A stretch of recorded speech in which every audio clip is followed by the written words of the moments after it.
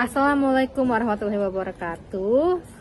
Perkenalkan, nama saya Marsha Nabil Asmin dengan NIM 020128232882 kelas B FH Indralaya angkatan 2023. Di sini saya akan menjelaskan materi kedua, yaitu tentang sejarah konstitusi, di mana sejarah konstitusi Indonesia itu dimulai dengan masa RR atau masa Rehling-Rehlman. Jadi, apa sih RR itu? RR itu merupakan peraturan pemerintah yang berkedudukan seimbang dengan Undang-Undang Dasar atau Groundwork, diundangkan melalui Stadblad nomor 1885 nomor 2 yang mengatur tentang pemerintahan Hindia Belanda.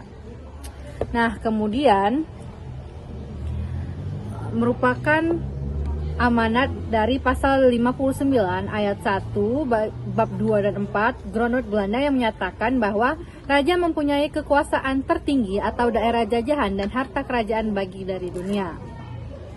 Adapun politik hukum pemerintahan Belanda yang mengatur tentang tata hukum dicantumkan dalam pasal 75 RR dan asasnya sama sebagaimana termuat dalam pasal 11 Algemeen Bepalingen van Wetgewing voor Indonesia atau AB, diundangkan dalam Stadblad 1847 nomor 23 yang dalam menyelesaikan perkara perdata, hakim harus menggunakan hukum perdata Eropa bagi golongan Eropa dan hukum perdata adat bagi orang bukan Eropa, yang dimaksud adalah Bumi Putra atau Timur Asing. Kemudian dalam masa pemakaiannya pun Rehling-Rehlman ini sempat mengalami perubahan sebanyak 4 kali, yaitu perubahan pertama pada 22 Desember 1818 dimasukkan ke dalam lembaran negara Hindia Belanda, yaitu Stadblad van Nederland-Indië. Perubahan kedua 30 Agustus 1827 penetapan RR dalam Stadblad 1827 nomor 29. Perubahan ketiga 16 Mei 1869 penetapan Reglement of Het Beleid de Regeling in Nederland-Indië dalam Stadblad 1830 nomor 10. Dan yang terakhir, perubahan keempat itu pada tanggal 20 Februari 1636 penetapan Reglement dalam Stadblad 1830 nomor 10. Sekian dari saya, selanjutnya akan dijelaskan oleh rekan saya.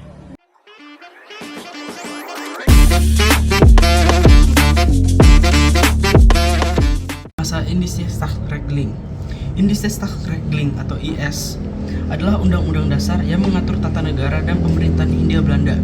IS mulai berlaku pada 1 Januari 1926 sebagai pengganti dari Regeringsrecht karena ada perubahan Groundwork Belanda pada 1922. Pada masa berlakunya, IS pembentukan peraturan di Hindia Belanda dilakukan oleh pemerintah Hindia Belanda bersama-sama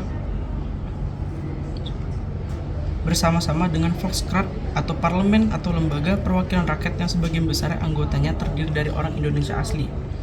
Perubahan Groundwork Belanda secara langsung juga ikut mengubah sistem ketatanegaraan Hindia Belanda. Artikel 1 Groundwork Belanda 1922 menyatakan bahwa kerajaan Belanda meliputi wilayah Belanda, Hindia Belanda, Suriname, dan juga Curaçao.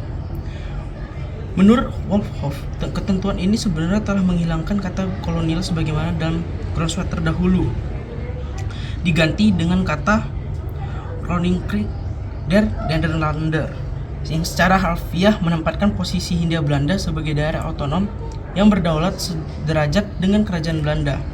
Sayangnya ketentuan ini bertentangan dengan artikel 60 Groundwork 1922 yang menempatkan raja sebagai pemegang kekuasaan tertinggi bahkan untuk daerah-daerah otonomnya. Selayaknya sebuah konstitusi, IS juga mengatur masalah ketatanegaraan dan alat-alat kelengkapan negara di Hindia Belanda. Meskipun demikian, bukan berarti harus ada perubahan terhadap organ-organ yang telah ada sebelumnya.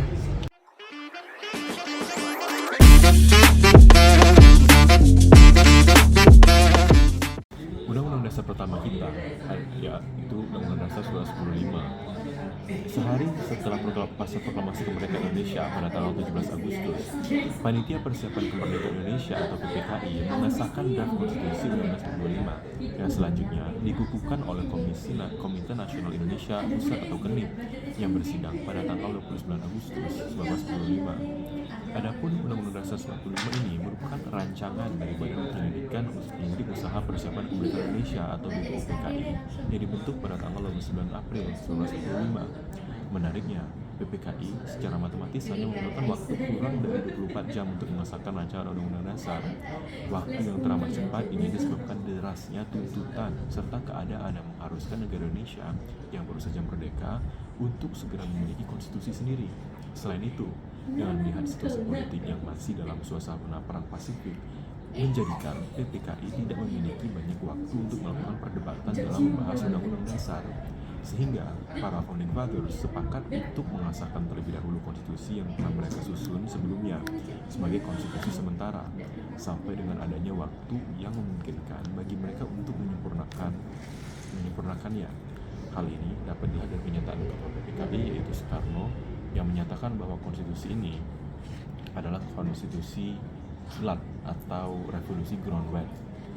Naskah Undang-Undang Dasar 1945 yang disahkan oleh PPKI ini terdiri atas pembukaan, isi atau batang, yaitu 16 bab dan 37 pasal, aturan peralihan yang berisi per pasal, aturan tambahan yang berisi riwayat, dan penjelasan.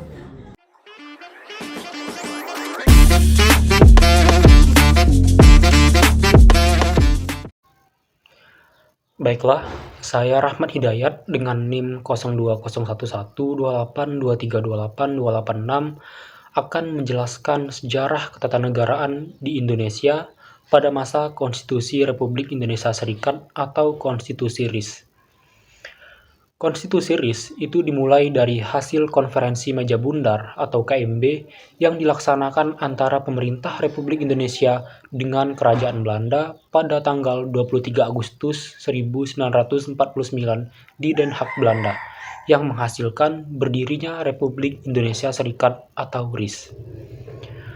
Konferensi tersebut dihadiri oleh Muhammad Hatta sebagai delegasi Republik Indonesia, Sultan Hamid II sebagai delegasi daerah-daerah yang membentuk Aliansi Permusyawaratan Federal atau Bijeenkomst voor Federal Overleg atau BFO, dan Van Maarseven sebagai delegasi pemerintah Belanda di sidang KMB ditutup pada 2 November 1949 dan berhasil menyepakati 3 kesepakatan yang antara lain ialah yang pertama, mendirikan negara Republik Indonesia Serikat, yang kedua, penyerahan kedaulatan kepada RIS yang berisi 3 hal, yaitu yang pertama, piagam penyerahan kedaulatan dari Kerajaan Belanda kepada pemerintahan RIS, kemudian status uni, dan persetujuan perpindahan.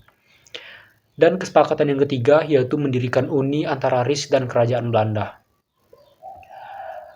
Hasil ketiga kesepakatan tersebut selanjutnya dituangkan dalam Konstitusi RIS yang diparaf oleh delegasi Republik Indonesia dan BFO pada tanggal 29 Oktober 1949. Adapun naskah Konstitusi RIS meliputi mukadimah atau pembukaan, batang tubuh yang berisi 6 bab dan 197 pasal, dan lampiran pokok-pokok penyelenggaraan pemerintahan yang dibebankan kepada Republik Indonesia Serikat. Konstitusi RIS memuat ketentuan mendasar yang berbeda dengan Undang-Undang Dasar 1945, antara lain yaitu yang pertama, bentuk pemerintahan bersifat federal, yang di dalamnya terdapat negara-negara bagian, yakni Negara Republik Indonesia, Negara Indonesia Timur, Negara Pasundan, Negara Jawa Timur, Negara Madura, Negara Sumatera Timur, dan Negara Sumatera Selatan. Selain itu, terdapat satuan-satuan kenegaraan yang tegak sendiri, yaitu Jawa Tengah, Bangka, Belitung, Riau, Kalimantan Barat, Dayak Besar, Daerah Banjar, Kalimantan Tenggara, dan Kalimantan Timur. Yang kedua, alat-alat perlengkapan negara Federal Republik Indonesia Serikat ialah Presiden, Menteri-Menteri, Senat, Dewan Perwakilan Rakyat, Mahkamah Agung, dan Dewan Pengawas Keuangan. Yang ketiga, yaitu terdapat 44 butir ketentuan yang mengatur secara detail mengenai hak-hak dan kebebasan-kebebasan dasar manusia. Secara keseluruhan, Konstitusi RIS berlaku untuk negara Republik Indonesia Serikat, namun tidak menghapuskan berlakunya Undang-Undang Dasar 1945 yang dalam hal ini hanya berlaku untuk negara Republik Indonesia, yang pada saat itu berada di Yogyakarta.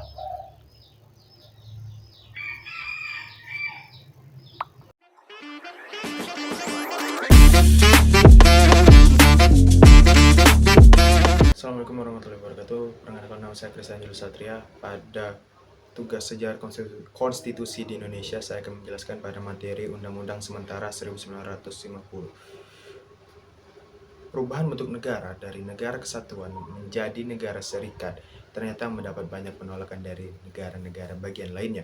Beberapa negara bagian bahkan secara terang-terangan menuntut untuk kembali kepada bentuk negara kesatuan. Negara bagian Jawa Timur misalnya, menjadi negara pertama yang mengusulkan penyerahan tugas-tugas pemerintahannya kepada pemerintah RIS. Kabinet RIS selanjutnya mengundangkan Undang-Undang Darurat Nomor 10 Tahun 1950 yang mengatur penyerahan tugas-tugas pemerintah di Jawa Timur kepada komisaris pemerintah. Selanjutnya, negara Pasundan ikut mengusulkan agar tugas-tugas pemerintahannya diambil alih oleh pemerintah RIS. Kemudian, pada akhirnya negara bagian lainnya melakukan hal yang sama hingga pada awal bulan Mei 1950 tinggal negara bagian Indonesia Timur dan negara bagian Sumatera Timur saja yang belum menyerahkan tugas-tugasnya. Kegelisahan negara-negara bagian terkait keinginan untuk kembali kepada negara kesatuan kemudian ditangkap oleh parlemen. Pada 19 Mei 1950 ditandatangani Piagam Persetujuan antara Republik Indonesia Serikat dan Republik Indonesia untuk kembali ke bentuk negara kesatuan. Pihak Republik Indonesia Serikat diwakili oleh Perdana Menteri Muhammad Hatta setelah mendapat mandat penuh dari negara bagian Indonesia Timur dan negara bagian Sumatera Timur. Sedangkan pihak Republik Indonesia diwakili Perdana Menteri Abdul Halim. Untuk selengkapnya, ketentuan-ketentuan tersebut dapat digambarkan sebagai bab pertama, itu adalah negara Republik Indonesia. Bab kedua, alat-alat perlengkapan negara. Bab ketiga, tugas-tugas perlengkapan negara. Bab keempat, pemerintah daerah dan daerah-daerah swapraja. Bab kelima, konstituante. Bab keenam, perubahan ketentuan peralihan dan penutup. Itu saja dari saya.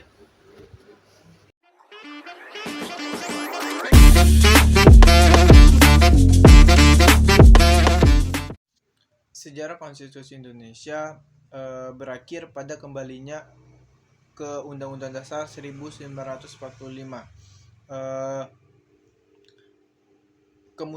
Pengunduran Wakil Presiden Muhammad Hatta pada 1 Desember 1953 menjadi titik awalnya Presiden mengambil keputusan. Alasannya kembali ke Undang-Undang Dasar 1945. Yang pertama itu dalam keadaan genting saat itu. Undang-Undang Dasar 1945 bisa menjadi jalan keluar, di mana terjadi pemberontakan DITI pada 20 September 1953. Yang kedua yaitu makna simbol Undang-Undang Dasar 1945 itu sangat besar, yakni sebagai Undang-Undang Dasar yang berakar pada kebudayaan Indonesia dan merupakan perwujudan ideologi Indonesia yang sesungguhnya. Yang ketiga yaitu struktur organisasi negara yang digariskan Undang-Undang Dasar 1945 akan memperlancar jalannya pemerintahan yang efektif. Dan yang terakhir yaitu kembali ke Undang-Undang Dasar 1945 benar-benar sesuai dengan hukum yang berlaku di Indonesia.